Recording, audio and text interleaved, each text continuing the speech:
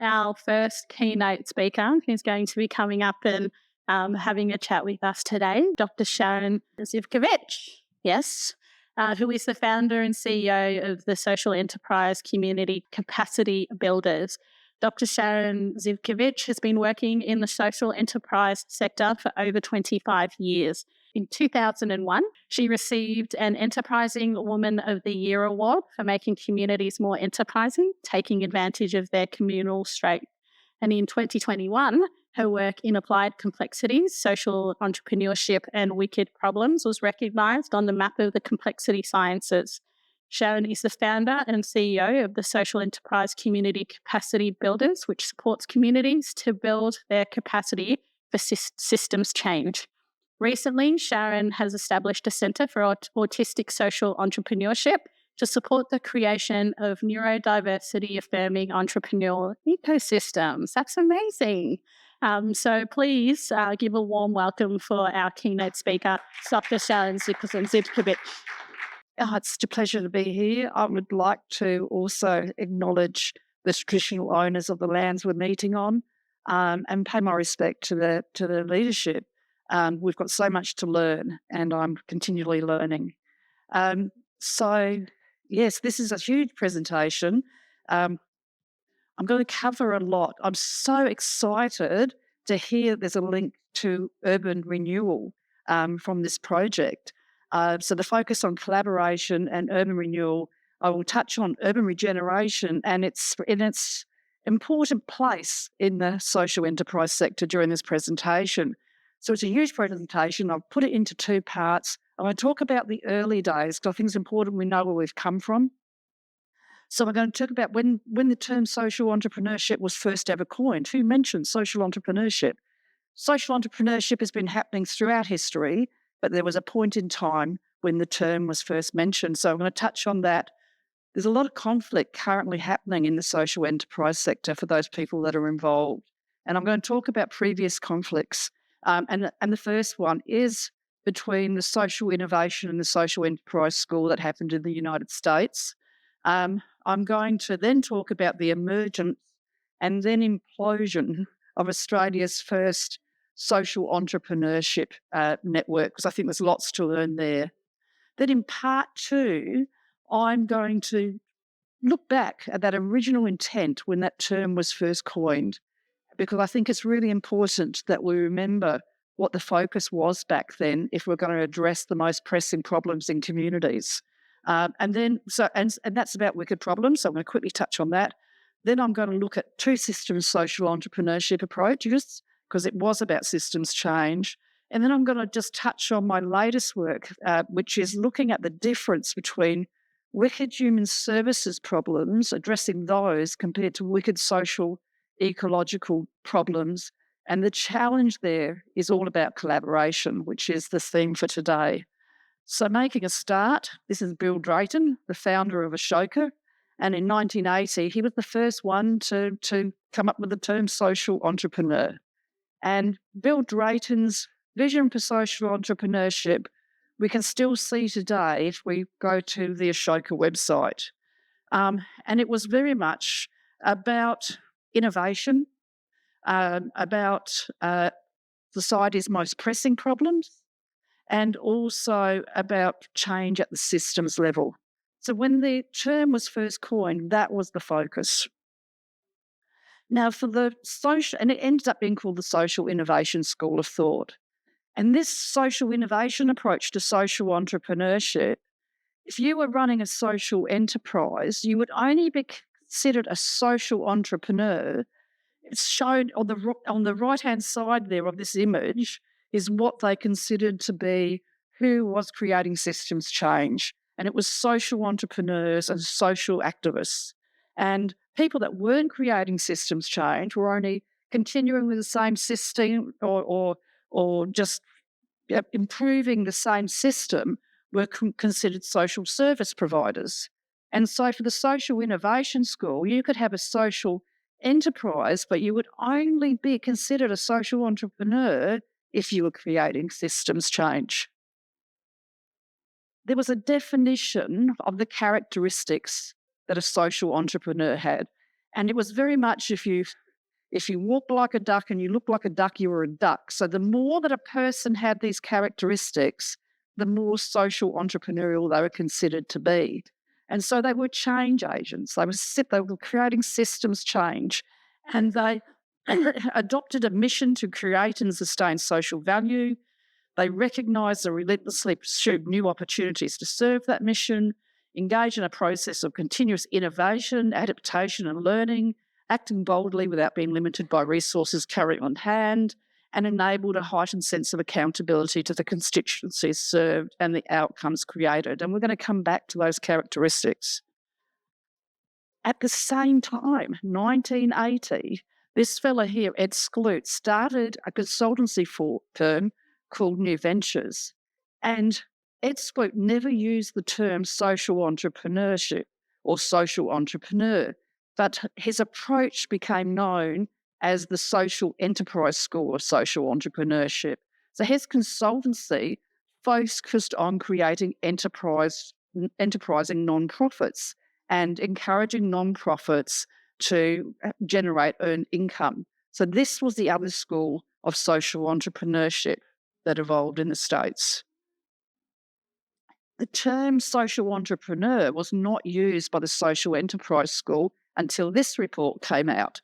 And this was in 1996. And they talked about new social entrepreneurs who created social purpose business ventures. So these were the two schools of thought.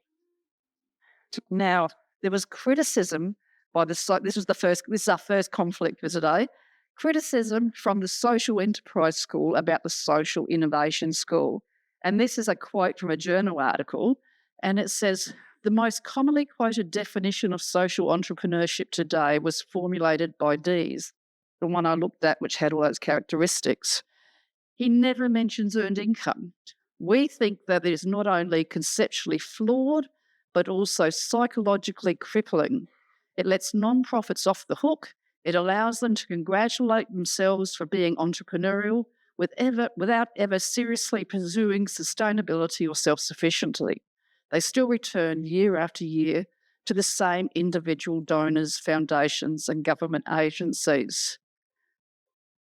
This from another journal article is how the social innovation schools saw themselves.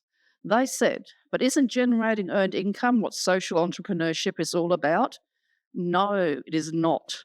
Social entrepreneurship is about finding new and better ways to create and sustain social value. It is about serving your mission first and foremost. Funding strategies are a means to that end. Earned income should be pursued only when the net effect is an improvement in your social impact now or in the future. So who was right? The issue was that they had a different understanding of what entrepreneurship was. So the social enterprise school thought an enterprise was about having a business.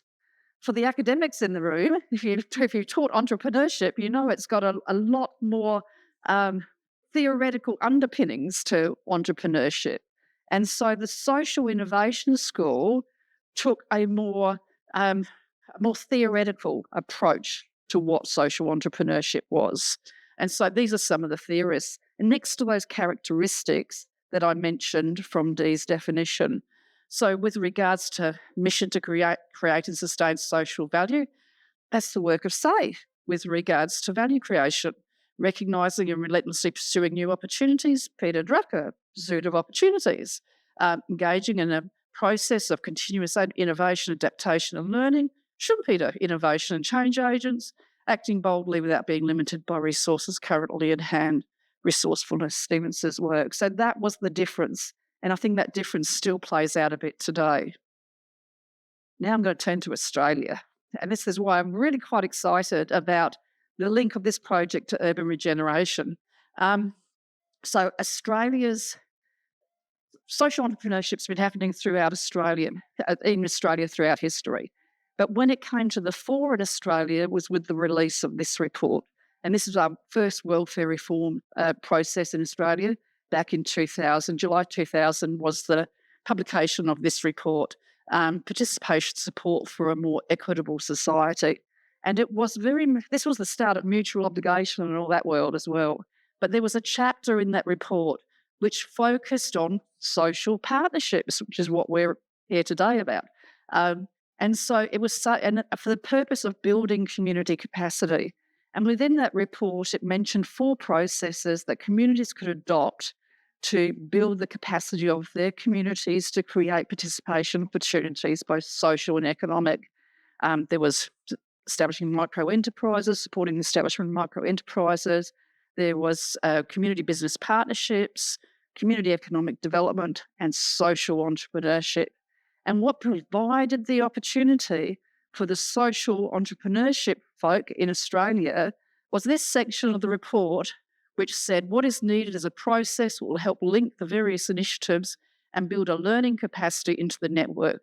The development of a national online clearinghouse for ideas, case studies, and general information to support the growth of social entrepreneurship would help social entrepreneurs learn from each other's experiences. So there was this government support for social entrepreneurship, which was tapped into, and funding was allocated to create Australia's first social entrepreneurs network. So what did the welfare reform? How did that define social entrepreneurship? It was Ashoka had the biggest mention in that chapter. So that was the innovation, systems change approach, which had the biggest mention.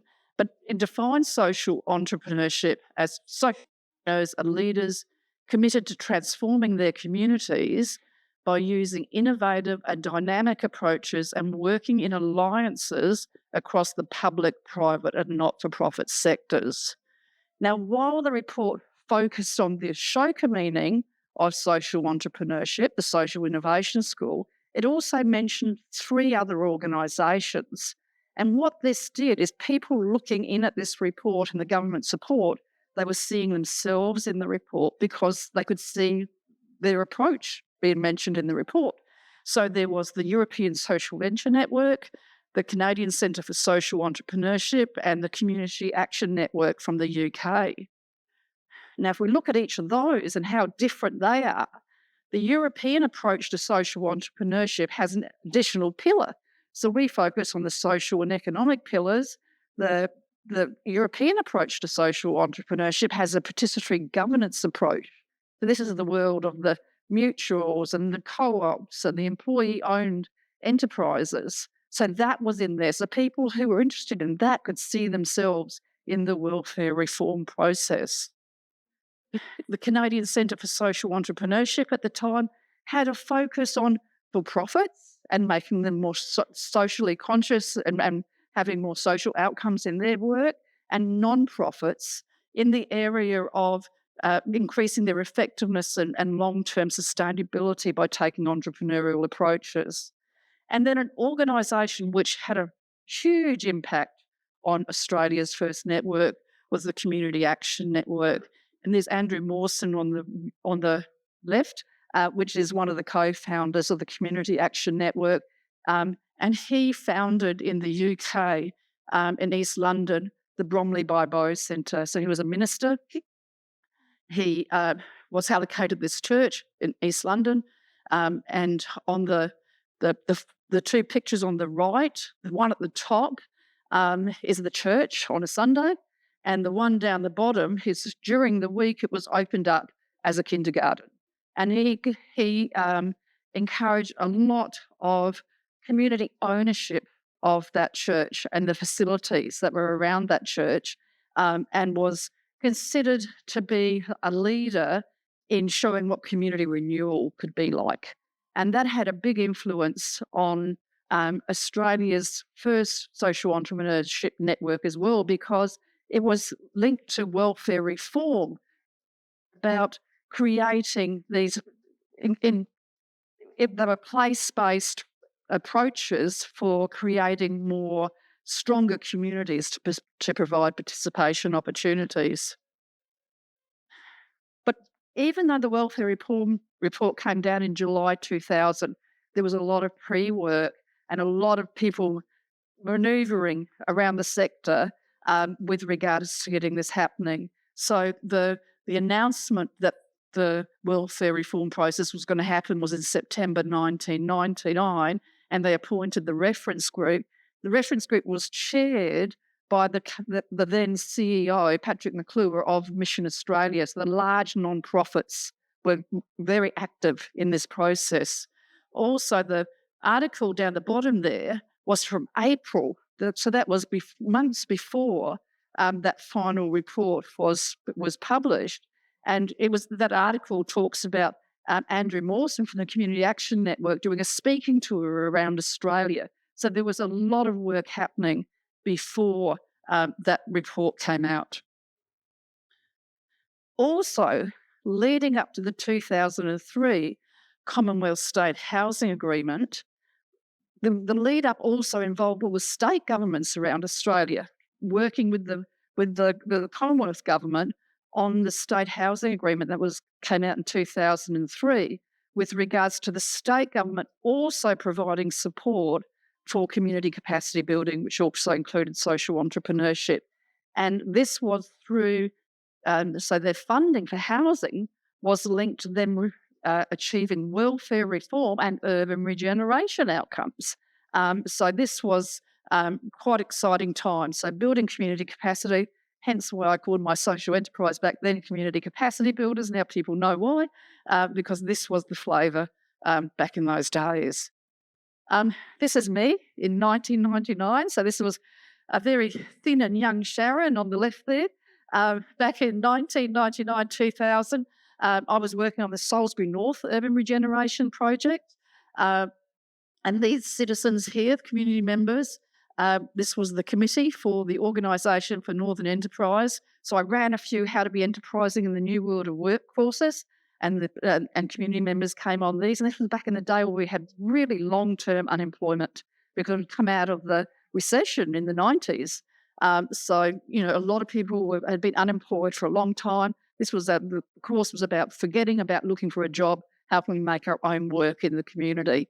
And so they set up this organisation, a lot of partnering to do this work, because that was the aim, was a lot of collaboration.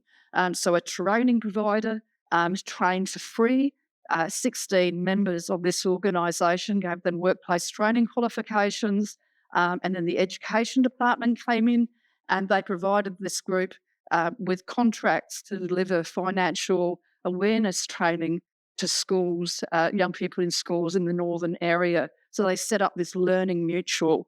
From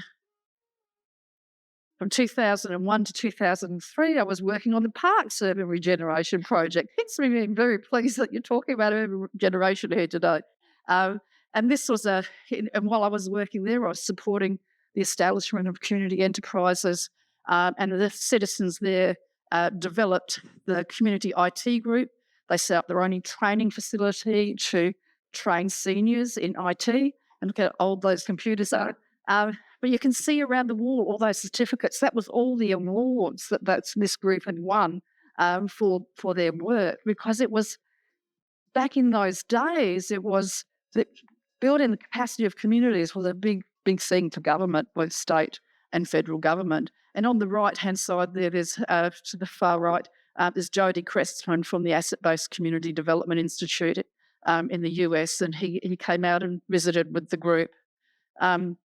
2003 to 2004, I was working on another urban regeneration project, this time in Playford in South Australia. And we started that one with a 3-day workshop where we brought together diverse sectors. We brought together citizens, universities, state government, federal government. We ran it in a business incubator so that the businesses were a captured audience within this process. And we had 3 days of speaking, and how could we use that in Playford to build the capacity of our community? And the program was focused on those 4 processes from the Welfare Reform Final Report. And you can see there on the right 2 of the speakers. One was the CEO of the National Social Entrepreneurs Network, and the other one was Simon Cant, who was the Executive Director of Social Ventures Australia. And Social Ventures Australia were only just formed, and I think that was the first intermediary for the sector.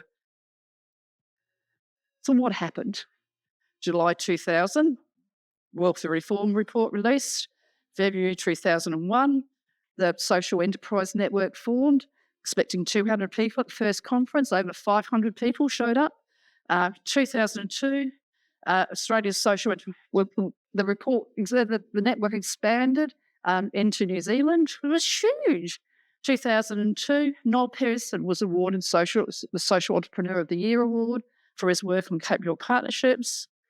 By February 2004, it was all over.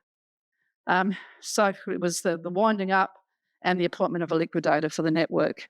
So that is just an amazing, amazing support from government, state and national government, and it was all over within 4 years. It was so bad. The conflict was so bad. On the website, because we had a platform and I had like a messaging board, in that final day, the messages were so nasty that they had to close down the website because they were scared that people were going to get sued. That's how bad it was in the end. So people don't even talk. It's like it didn't exist, but there was this amazing network all those years ago. The story hasn't been written up, probably because a lot of people involved just don't want to go there again. But there's been a couple of mentions in articles. One was Joe Barraquette mentioned that contributing to the demise was the different meanings to the term social entrepreneurship. Look how many meanings there was. Nobody sat down and discussed what is it we mean by social entrepreneurship. They were all just pulling it to their own way of working. And another reason that's been given is that the social enterprises themselves were not involved in the governance. We didn't have the intermediaries then, but we had a lot of consultants. There was a lot of money and there was a lot of consultants, and also the large non-profits had their own agenda with regards to what this would look like. That's a bit of a history. Now I'm going to go back to, this is part 2, and I'm going to this original intent, which was about systems change and why that's important. There is a small reclaiming social entrepreneurship movement, and if you get the chance, have a look at Patty Thornton's presentation, her TED Talk, because it will do it a lot more justice than I will, what this movement is.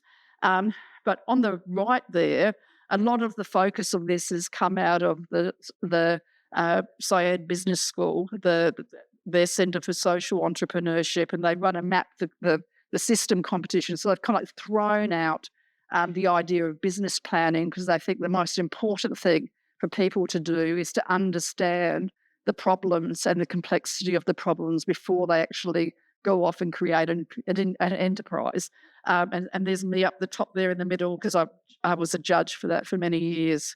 But the focus is on these wicked problems. These are your climate change, your homelessness, your food insecurity, your place-based disadvantage, which is where urban regeneration comes in. These problems are called wicked problems, and they're really diverse. But the amazing thing is they've got the same, even though they're diverse, they've got the same characteristics. So if you look at them, this is the obesity system map, but this could be the map of any wicked problem. And they've all got the same characteristics. Once again, if it looks like a duck and it looks like a duck, it's a duck. If you've got a problem and it's got these characteristics, it's a wicked problem. Those little rectangular things are all the underpinning causal factors. The squiggly line, and so wicked problems have got a multitude of underpinning causal factors. The squiggly lines there, that's all the interrelationships. And you can imagine how someone who is working on an initiative or a social enterprise is addressing a couple of those underpinning causal factors, how they wouldn't understand the work somebody else is doing because their goals. You've also, one of the key things is the unforeseen consequences of the initiatives. You've got an initiative addressing a couple of those underpinning causal factors, but they could have unforeseen consequences in other parts of the problem because of all of those interrelationships. These problems are continually adapting because of these interrelationships, and also they're context specific, so they're place-based.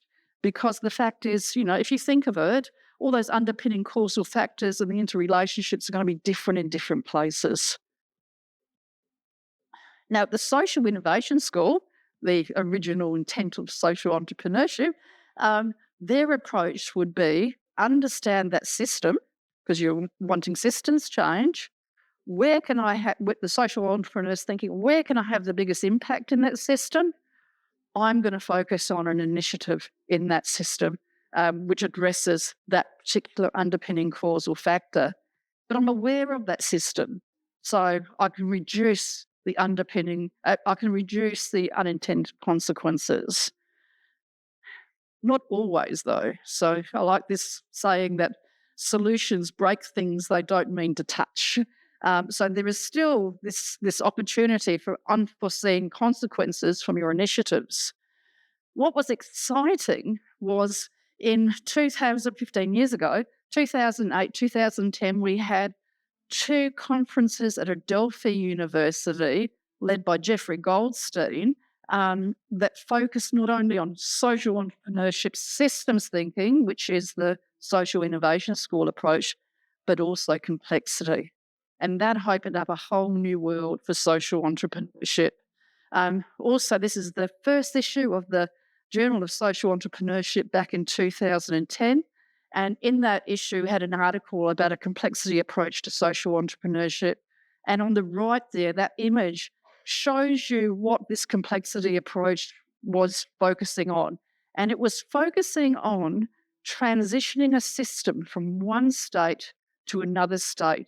So you had all of the initiatives addressing all those underpinning causal factors for a wicked problem.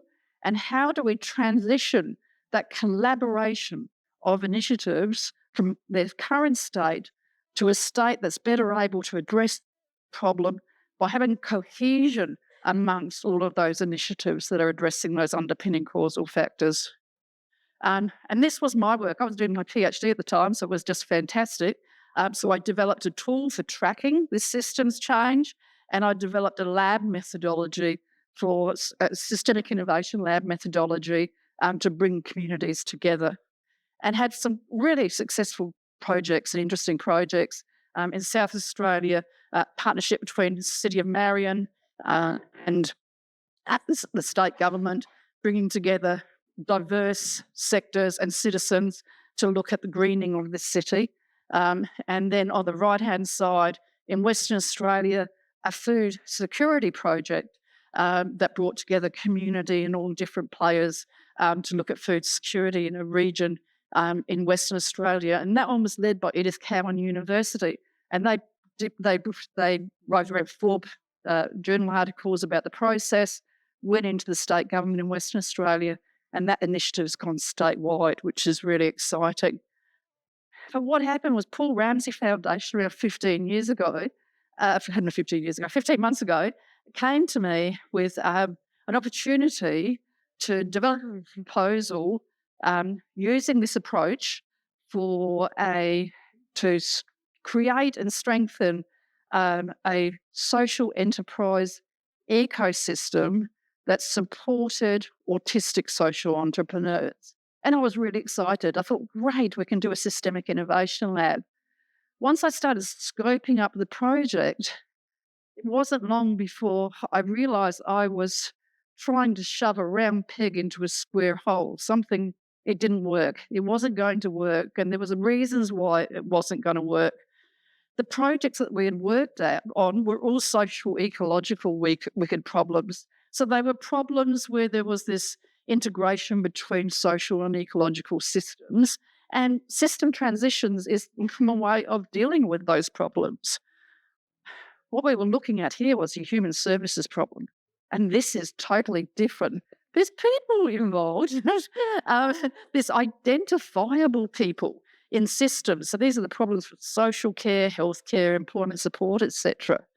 And so you've not only got this transitioning of a system, you've also got at the same time integrated service delivery. So if you think of an autistic person getting support, they're getting support from the social enterprise sector, they've got disability service, they're connected to all these, and that has to work together so that the person is going through an integrated system. So there was 2 parts to looking at human services wicked problems. And so traditionally, human services has been provided by these sorts of folk, case managers, therapists, counsellors, social workers. Increasingly, the social enterprise sectors in this space, and highlighted here is the percentage in Victoria and Queensland of the social enterprise sector that's working in these spaces. But the issue is to get foothold in these spaces, the social enterprise sector, you'll hear social enterprises say, we can do a better job than those human services.